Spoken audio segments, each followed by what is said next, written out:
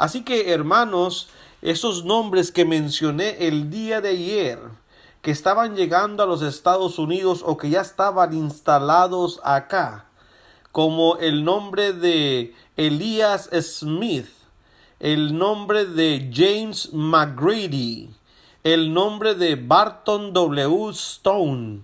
Son nombres, queridos hermanos, que vamos a familiarizarnos y que los veremos casi como pioneros de una búsqueda intensa por regresar al cristianismo puro, como Elias Smith lo dijo en su relato. Barton W. Stone comenzó su búsqueda religiosa como presbiteriano, pero no pasó mucho tiempo antes de que comenzara a luchar con la noción calvinista de la depravación total. Había algo que simple y sencillamente no concordaba con la Biblia. Escuchó a oradores muy dinámicos de su tiempo, especialmente a James McGrady, predicar elocuentemente sobre el fuego del infierno y el azufre, y luego a instar a arrepentirse y creer. Pero el calvinismo de la época declaraba que un hombre era depravado y que el hombre no podía hacer nada para salvarse. Tenía que esperar, y si Dios creía conveniente llamarlo, lo haría. Pero si Dios no lo consideraba conveniente, el hombre estaba perdido para entrar a la gloria de nuestro Dios.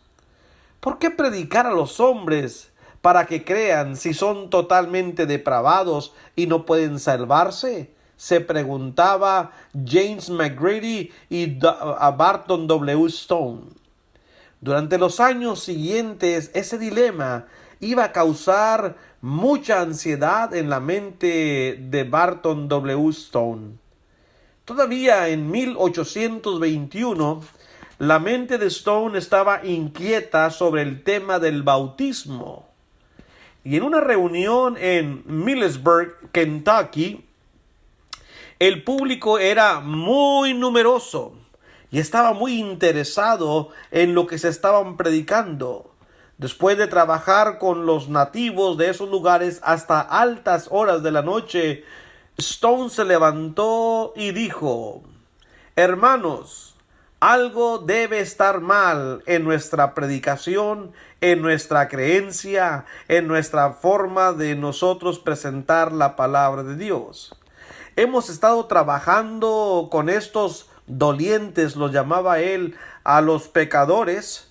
Fervientemente hemos estado trabajando entre ellos y están profundamente arrepentidos. ¿Por qué no han encontrado alivio? Todos sabemos que Dios está dispuesto para perdonarlos y ciertamente ellos están ansiosos por recibir ese perdón. La causa debe ser que no predicamos como lo hicieron los apóstoles. ¿Cuándo? Desde el inicio de la iglesia en el día de Pentecostés. A aquellos que fueron compungidos de corazón se les dijo inmediatamente, rápidamente, qué hacer para la remisión de sus pecados. Y entonces recibieron la palabra con gozo y fueron bautizados. Y el mismo día se les añadieron como 3,000 personas, dijo Barton W. Stone. A medida que los puntos de vista de Stone comenzaban a tomar forma gradualmente, porque recuerden, ellos están dentro del movimiento presbiteriano. Y entre los presbiterianos había doctrinas bastante, hermanos, muy parecidas a las del catolicismo romano. Permítame hacer un giro en mi enseñanza e ir un poquito al presbiterianismo. No me voy a desviar demasiado, pero para que usted vea algunas de las enseñanzas tradicionalistas entre la iglesia presbiteriana.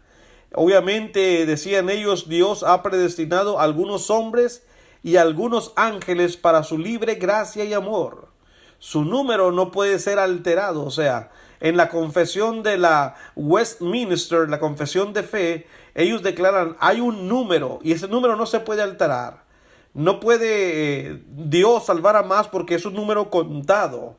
Obviamente esto está contra lo que la palabra de Dios dice. Juan 3:16, por ejemplo, porque de tal manera amó Dios al mundo, que ha dado a su Hijo unigénito para que todo aquel que en él crea no se pierda, mas tenga vida eterna. Ellos dicen, no, hay un número específico ya.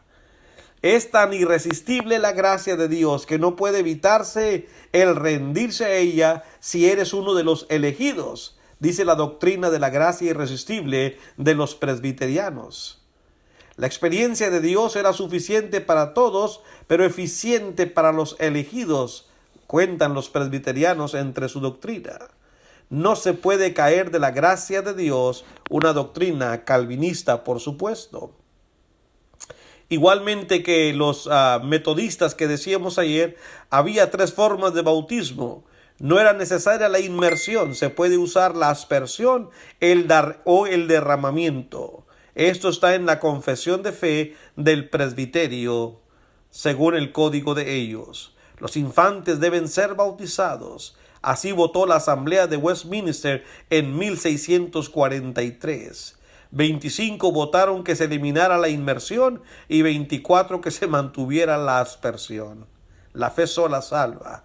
Así que Stone pertenecía a este grupo con este tipo de creencias y estaba obviamente confundido. Por otra parte estaba leyendo la Biblia, por otra parte estaba en búsqueda de la verdad, comenzaba a tener dificultades hasta que fue poco a poco dándose el valor a decir lo que la Biblia dice. Y esto es quizá el gran ejemplo para nosotros hasta el día de hoy. Hay muchas personas hoy en día perdidas entre la confusión de las denominaciones, pero no tienen el valor. Les falta la fe y un poco de conocimiento y el atrevimiento, hermanos, que el Espíritu Santo nos da para poder salir del error. Jesucristo dijo, y conoceréis la verdad, y la verdad os hará libres. Pero mucha gente hoy en día, hermanos, simple y sencillamente no tienen eso que se necesita para salir adelante. Así que esto es lo que se preguntaba Barton W. Stone. Y como dijimos, hermanos, estas personas finalmente, como Barton W. Stone, finalmente incapaz de soportar la enseñanza, la que sentía que no era bíblica. Él y varios otros predicadores presbiterianos, muy inconformes, se retiraron del sínodo de Kentucky y establecieron su propio presbiterio, el presbiterio de Springfield. Sin embargo, en menos de un año el grupo se dio cuenta de que su propia asociación no estaba de acuerdo con la Biblia y era inherentemente sectaria, pues estaban haciendo lo mismo. Se movilizaron para desmantelarlo y el 28 de junio de 1804 publicaron la última voluntad y testamento del presbiterio de Springfield, que decía, o uno de los documentos clásicos que surgieron del movimiento de restauración, declaraba en parte lo siguiente: sus razones para disolver este cuerpo fueron las siguientes. Con profunda preocupación vieron la división y el espíritu del partidismo entre los profesos cristianos, principalmente debido a la adopción de credos humanos y formas de gobierno. Mis amigos que ustedes me están escuchando, la palabra de Dios es el único credo que debe de regir a la iglesia. Si usted está en una denominación donde no tiene la libertad de escoger, de decidir bíblicamente lo que se deba de hacer, porque el sínodo, el concilio, los supervisores, los pastores no le permiten, usted está en el grupo equivocado. No hay autoridad, agrupación, concilios, sínodos, grupos, partidos que deban regir la iglesia. La iglesia del Señor no tiene sede celestial aquí en la tierra. La única sede está en el cielo y la cabeza de su iglesia es Cristo Jesús. Así que esto es lo que estaban diciendo ellos en este documento. mientras estaban unidos bajo el nombre de presbiterio, se esforzaron por cultivar un espíritu de amor y unidad con todos los cristianos, pero les resultó extremadamente difícil suprimir o quitar la idea de que ellos mismos no eran un partido, separado de los demás, sí que lo eran. Pronto descubrieron que no había ni precepto ni ejemplo en el Nuevo Testamento para confederaciones tales como sesiones de la iglesia, los presbiterios, los sínodos, las asambleas generales. Nada de eso encontraron en las Escrituras. Por lo tanto, concluyeron que si bien continuaban en la conexión en la que estaban entonces, estarían fuera del fundamento de los apóstoles y profetas, de los cuales Cristo mismo es la principal piedra del ángulo. Por lo tanto, basados en un principio de amor a los cristianos de todo nombre, la preciosa causa de Jesús y los pecadores moribundos que son apartados del Señor por la existencia de sectas y partidos en la iglesia, han consentido alegremente en retirarse del estruendo y la furia de los partidos en conflicto.